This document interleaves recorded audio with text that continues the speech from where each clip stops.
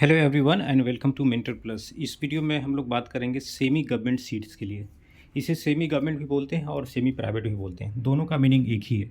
तो all over India में कहाँ कहाँ सेमी गवर्नमेंट या सेमी प्राइवेट सीट्स हैं, उसकी फ़ीस स्ट्रक्चर कितनी है, उसके लिए एलिजिबिलिटी क्राइटेरिया क्या है और उसमें काउंसलिंग प्रोसेस में कैसे भाग लेकर के सीट मिलते हैं और किन को बेनिफिट मिलेगा या किन्हें बेनिफिट नहीं मिलेगा और कितना ज़्यादा डिफरेंस रहता है उनके कट ऑफ में in comparison with other open seats.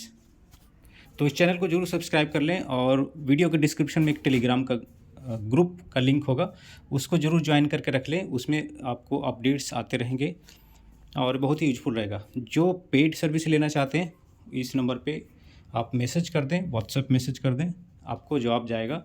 आप पेड सर्विसेज लेकर के स्टार्ट से लेकर के एंड तक काउंसलिंग गाइडेंस लेकर के आप अपनी जो बेस्ट सूटेबल सीट होगी आपके रिक्वायरमेंट के बेसिस पे आपको अलॉट करवा दी जाएगी। तो सबसे पहले बात करते हैं कि सेमी गवर्नमेंट सीट ये स्टेट लेवल काउंसलिंग के थ्रू मिलती है। नेशनल लेवल काउंसलिंग में कोई सेमी गवर्नमेंट सीट नहीं है, क्योंकि नेशनल का मतलब है कि जिसके लिए सारे लोग एक जैसे हों तभी वो नेशनल लेवल काउंसलिंग में आता है। जैसे डीम्ड है, डीम्ड में कोई सेमी सीट नहीं होती है या कोई गवर्नमेंट सीट नहीं होती है, उसमें मैनेजमेंट कोटा की सीट होती है और एनआरआई सीट होती है जो सबके लिए बराबर है। और गवर्नमेंट कॉलेजेज होती हैं तो उसमें गवर्नमेंट कॉलेज में कैटेगरी के अनुसार बेनिफिट मिलेगा, अदर और कोई बेनिफिट नहीं है कि आप इस स्टेट से हैं तो इसका बेनिफिट मिलेगा। तो जो सेमी प्राइवेट सीट होते हैं वो स्टेट काउंसलिंग के थ्रू ही मिलते हैं। एलिजिबिलिटी क्राइटेरिया क्या है? एलिजिबिलिटी क्राइटेरिया ये है कि आप जिस स्टेट से 12th किया है, कुछ स्टेट में 12th के साथ साथ डोमिसाइल का भी क्राइटेरिया लगता है और कुछ स्टेट में ओनली डोमिसाइल का क्राइटेरिया लगता है। तो आप अगर डिपेंडिंग ऑन स्टेट, अगर वहाँ के डोमिसाइल हैं, यहाँ से उन्हें 12th किया है या दोनों है, तभी जा कर के आप उस स्टेट के सेमी सीट्स के लिए, सेमी गवर्नमेंट या सेमी प्राइवेट सीट के लिए एलिजिबल रहेंगे।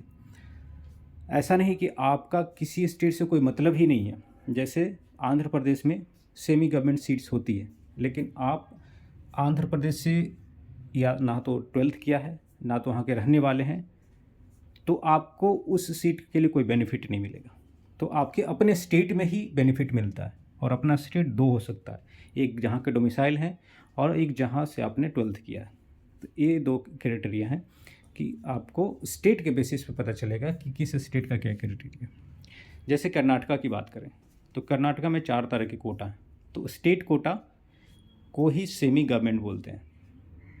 तो स्टेट कोटा की फ़ी वहाँ पे 1.44 लाख है। उसके बाद ओपन कोटा की फ़ी 10 लाख हो जाती है, कुछ कॉलेजेज में 20-25 के बीच में होती है फ़ी। फिर उसके बाद अदर्स कोटा हैं जिसके लिए सारे एलिजिबल हैं, उसकी फ़ी 35 लाख प्लस होती है। तो कर्नाटका में 55% सीट्स जो प्राइवेट कॉलेजेज में हैं। सेमी प्राइवेट मतलब प्राइवेट कॉलेज में गवर्नमेंट सीट, सिंपल सा है, प्राइवेट कॉलेज में गवर्नमेंट सीट। बहुत सारी सीट्स ऐसी होती हैं जो प्राइवेट कॉलेज में गवर्नमेंट फ़ी के इक्विवेलेंट पे दी जाती है। एक बीच में बिल आने वाला था एनएमसी 50% बिल का, तो उसमें जितने भी प्राइवेट और डीम्ड यूनिवर्सिटीज़ हैं उसमें 50% सीट्स को काफ़ी उस स्टेट के गवर्नमेंट फ़ी के इक्विवेलेंट करने का प्रोविज़न था, जो कि अभी तक पास नहीं हुआ, इम्प्लीमेंट नहीं हुआ। तो कर्नाटका में है और वो कर्नाटका के कैंडिडेट्स बेनिफिट ले सकते हैं। आंध्र प्रदेश में आए तो आंध्र प्रदेश के 50% प्राइवेट कॉलेजेज का फ़ी 15,000, मात्र 15,000 पर ईयर है। तो जो आंध्र प्रदेश के रहने वाले हैं ये उनके लिए अप्लीकेबल होगा, दूसरे स्टेट वाले इस सीट में नहीं ले सकते। और इसका कट ऑफ भी हाई जाता है क्योंकि ऑलमोस्ट गवर्नमेंट जैसे ही फ़ी है। बात करें तेलंगाना की और तमिलनाडु की, तो तेलंगाना और तमिलनाडु में भी स्टेट कोटा की सीट है। State quota, semi government, semi private या गवर्नमेंट कोटा, ये चारों टर्मिनोलॉजी सेम है। उसमें 4 लाख पर ईयर का फ़ी है। अगर आपका स्कोर इतना आ रहा है कि आप गवर्नमेंट सीट नहीं ले पा रहे हैं ऑल इंडिया के थ्रू या तो स्टेट के थ्रू, तो आप जा सकते हैं next option semi government seats के लिए, और जिस स्टेट से आते हैं उसके लिए एलिजिबल हैं। 4 लाख पर ईयर का फ़ी रहता है। गुजरात स्टेट की बात करें तो यहाँ पे जीमर्स है और अदर प्राइवेट मेडिकल कॉलेजेज हैं। तो 75% यहाँ की सीट जो है वो सेमी गवर्नमेंट है। तो उसके बाद मैनेजमेंट है और एनआरआई है।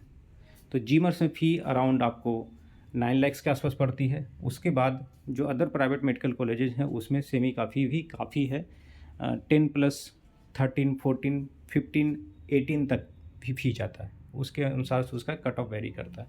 तो गुजरात में फ़ी ज़्यादा रहती है सेमी प्राइवेट की भी। पंजाब स्टेट की बात करें तो वहाँ भी सेमी गवर्नमेंट सीट की फ़ी 4 लाख पर ईयर के आसपास है, और ऐसे नॉन सेमी की बात करें तो उसकी 8 लाख 6 लाख के आसपास रहती है। राजस्थान स्टेट में एक बहुत ही यूनिक स्टेट है जहाँ पे गवर्नमेंट मेडिकल कॉलेजेस में मैनेजमेंट कोटा की सीट है, और ये सिर्फ राजस्थान के लिए एप्लीकेबल है। तो जो राजस्थान के कैंडिडेट्स हैं वो गवर्नमेंट कॉलेज में भी मैनेजमेंट कोटा की सीट ले करके गवर्नमेंट कॉलेज में पढ़ाई कर सकते हैं, और उसका जो फ़ी रहता है अराउंड 9 लाख पर ईयर के आसपास रहता है। 13 GMC have 35% management seat having their fee approx 9 lakh per year. और बात करें तो गीतांजलि एक ऐसा प्राइवेट मेडिकल कॉलेज है जिसमें सिर्फ 10 सीट, जिसका फ़ी है 1.2 lakh per year, government Kota की सीट है ओनली गीतांजलि में।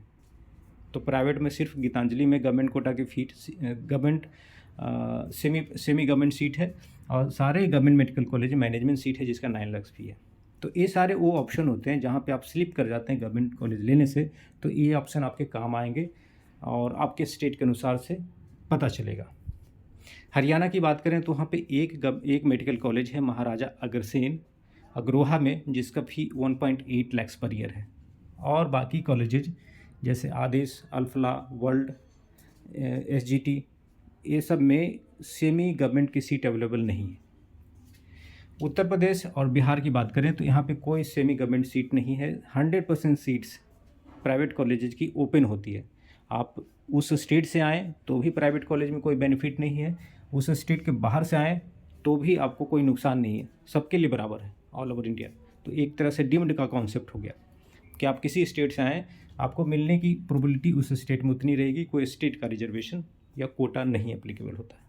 वेस्ट बंगाल की बात करें तो यहाँ पे जो सेमी प्राइवेट की सीट होती है वो 4 से 5 लाख के आसपास होती है।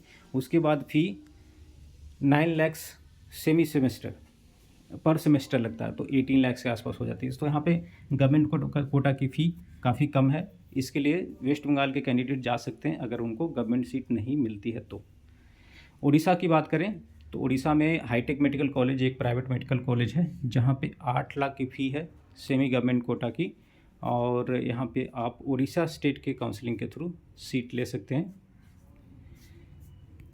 उसके बाद और कोई ऐसा स्टेट नहीं है जहाँ पे और सेमी के हैं लेकिन गवर्नमेंट कोटा है, उसका भी फ़ी ज़्यादा हो जाती है। जैसे हिमाचल प्रदेश में भी गवर्नमेंट कोटा की सीट अवेलेबल रहती है लेकिन उसका भी फ़ी ज़्यादा रहता है।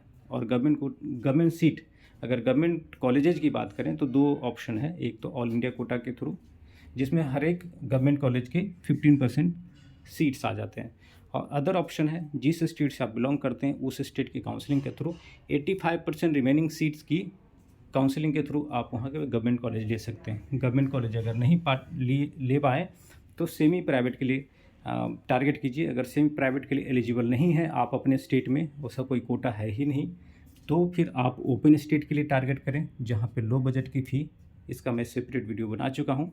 उससे भी बात नहीं बने, स्कोर और नीचे है तो फिर ओपन सीट के लिए ट्राई करें जहाँ पे लो बजट की है, जैसे यूपी, हरियाणा, बिहार, झारखंड, इसके लिए ट्राई करें।